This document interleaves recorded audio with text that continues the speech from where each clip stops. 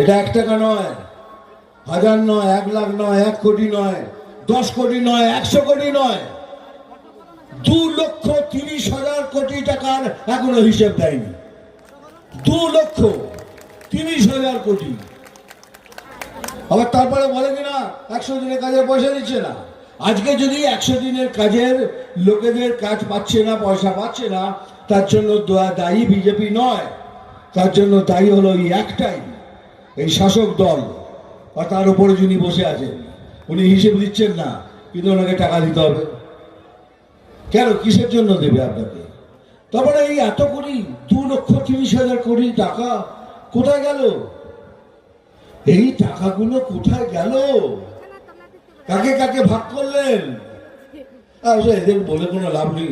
এত প্রধানমন্ত্রী 12,500 টাকা বাথরুম তৈরি করার জন্য দিয়েছেন।